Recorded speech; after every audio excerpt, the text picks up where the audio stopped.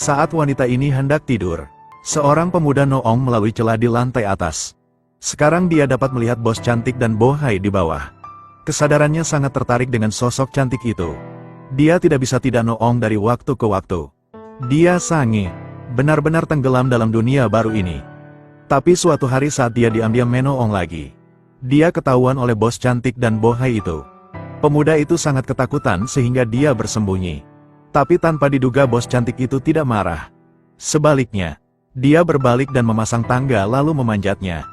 Di antara celah sempit bos cantik dan pemuda itu saling memandang. Kemudian wanita itu menyolokkan jarinya ke pemuda itu. Pria muda itu mengira itu akan menjadi hubungan cinta yang penuh semangat. Bersiaplah untuk hari berikutnya. Kumpulkan keberanian untuk mengaku pada bos cantik itu. Tiba-tiba, ini adalah pesanan bawa pulang baru yang diterima di ponsel. Saat dia masuk dia tidak sengaja menyenggol pantat wanita itu. Karena tubuhnya tidak seimbang. Dalam keadaan panik, dia menjatuhkan vas yang tampak biasa di atas meja. Dengan suara retakan yang tajam, vas antik itu terlempar ke udara. Sang induk semang dan pengantar barang terlihat pucat. Adik laki-laki itu menjadi pucat karena ketakutan. Dia tidak lagi peduli untuk mengaku. Minta maaf sebesar-besarnya dan tawarkan kompensasi. Apa yang harus dibayar untuk menjual ini adalah Yuan Qinghua yang asli. Vas ini bernilai 5 juta. 5 juta. Namun, ketika mendengar besarnya kompensasi yang mencengangkan, hati secara tidak sengaja tenggelam. Pada saat ini sesuatu yang tidak terduga terjadi. Anak laki-laki itu melukai jarinya saat memungut potongan-potongan itu. Darah menetes pada pecahan kuno itu. Tiba-tiba sebuah lampu menyala. Seorang Tao dengan gaya abadi muncul di depannya. Ternyata sebenarnya ada seorang guru Tao yang tersegel di dalam vas ini. Kekuatannya terikat dalam vas. Tapi sekarang dia bisa mendapatkan kembali kebebasannya. Sang Tao melepaskannya sebagai rasa terima kasih kepada adiknya. Memutuskan untuk mengajarinya keterampilan misterius. Seni bela diri ini memungkinkan dia melihat segala sesuatu di dunia. Wawasan ke dalam hati orang-orang. Bahkan lebih kuat. Li, kenapa kamu tidak pergi saja? Bos Nona, tanda lahir kupu-kupu di punggungmu cantik sekali. Bagaimana kamu tahu aku punya tanda lahir kupu-kupu di punggungku? Ada apa? Kamu diam-diam memperhatikanku. Aku tidak memata-mataimu. Dia hanya melihat sekeliling dan melihatnya.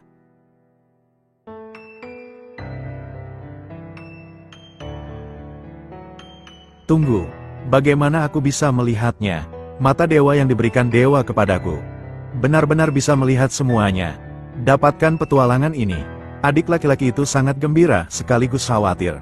Dia mengerti apa yang akan terjadi pada hidupnya karena ini. Perubahan yang mengejutkan. Namun dilema yang ada saat ini masih belum terselesaikan.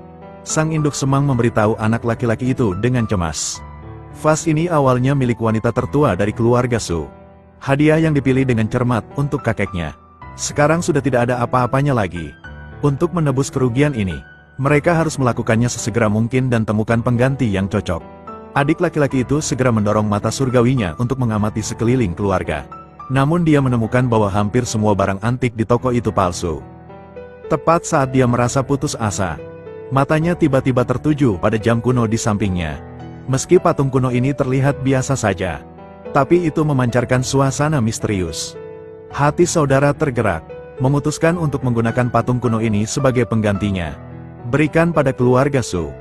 Dalam ketidakberdayaan dan kekhawatiran sang induk semang, adik laki-lakinya sedang mengendarai keledai listrik kecil. Segera bawa dia ke keluarga Su. Tunggu sebentar.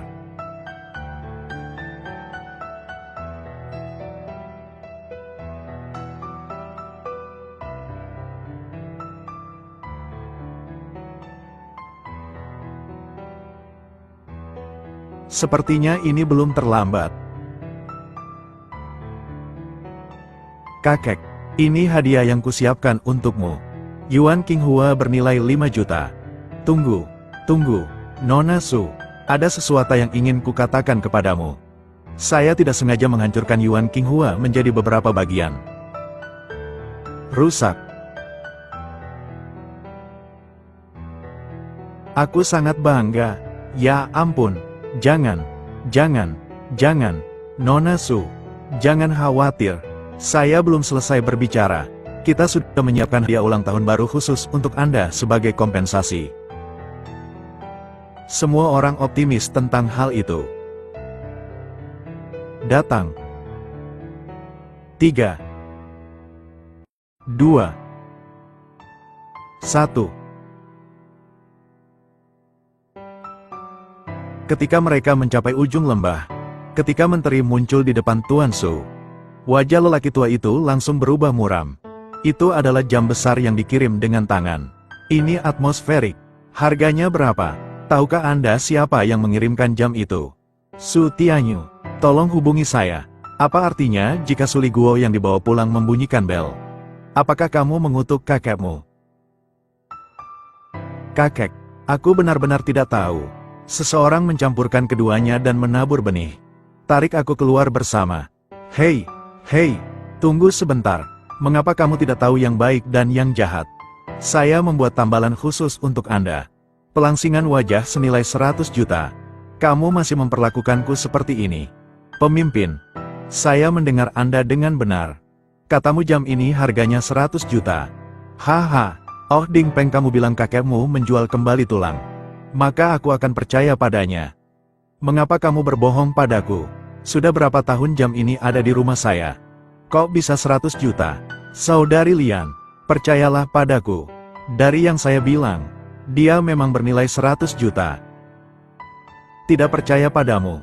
Sialan ini bernilai 100 juta. Aku berlutut dan memanggilmu kakek. Haha, apa-apaan ini? Jika kamu memanggil ayah kakek saja. Aku terlihat terlalu tua. Aku sedikit. Hei, kemarilah. Wah, hari ini adalah ulang tahunku yang ke-80. Awalnya saya tidak ingin melihat darah. Anda benar-benar tidak menganggap serius keluarga Su saya. Seseorang datang dan bunuh orang yang tidak mengetahui ketinggian dan ketinggian dunia ini. Buang dia ke kuburan massal bersama dengan semua hal ini. Bisakah kita melakukannya? Bukankah mata surgawi ini adalah tangan Huang Xian yang mencari Tuan Huang? Tuan Huang. Saya telah terlibat dalam bangunan antik selama lebih dari 60 tahun. Saya telah melihat puluhan ribu orang dan harta karun aneh. Besar dan kecil. Itu juga ditetapkan sebagai dinasti suci mata surgawi oleh raja negara tersebut. Anak muda, kamu bilang jam berpadu ini bernilai 100 juta. Saya ingin mencicipinya dengan hati-hati. Kualitasnya sangat bagus. Tuan Wang. Anda pasti miskin dan rendah hati. Hanya omong kosong ini. Apakah itu layak?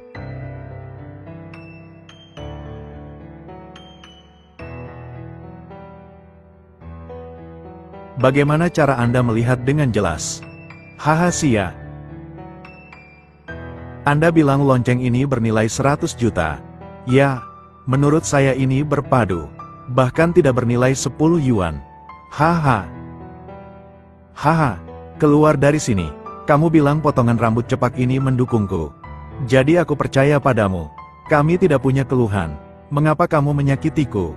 Saudari Chen, percayalah. Dia benar-benar bernilai 100 juta. Dia salah. Kamu sungguh sia-sia. Menurut pendapat saya ini hanya sampah yang tidak bernilai 10 yuan. Dia masih sialan dengan mayat.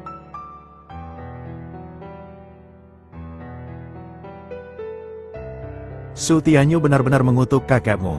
Seseorang datang seret kedua momok ini keluar dan pukul mereka sampai mati. Zhu Hong dan Su Tianyu. Temui ayah menyeberangi sungai lagi. Tidak, saya tidak memilikinya.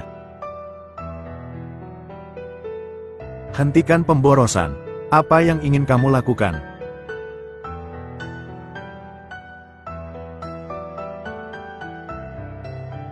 Suara angin datang.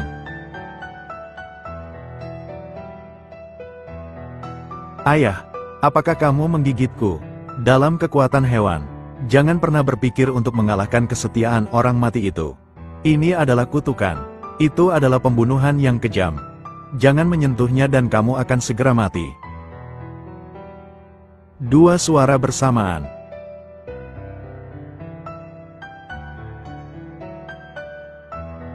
Anak baik, jika kamu berani mengetuk untuk ketiga kalinya, aku akan membiarkanmu mati tanpa tempat pemakaman. Tiga suara kilat dan guntur.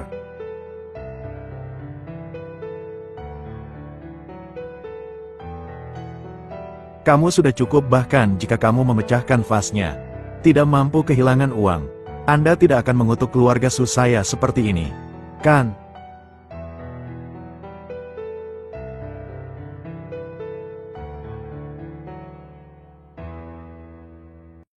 Kalau tidak bagus, akan bertahan selamanya. Itu pertanda dari Master Song. Sesuatu yang sangat menakutkan pasti akan terjadi saat itu. Mengapa segera menurunkannya? Jangan biarkan dia mengetuk lagi. Jangan bergerak. Suara pohon keramat muncul.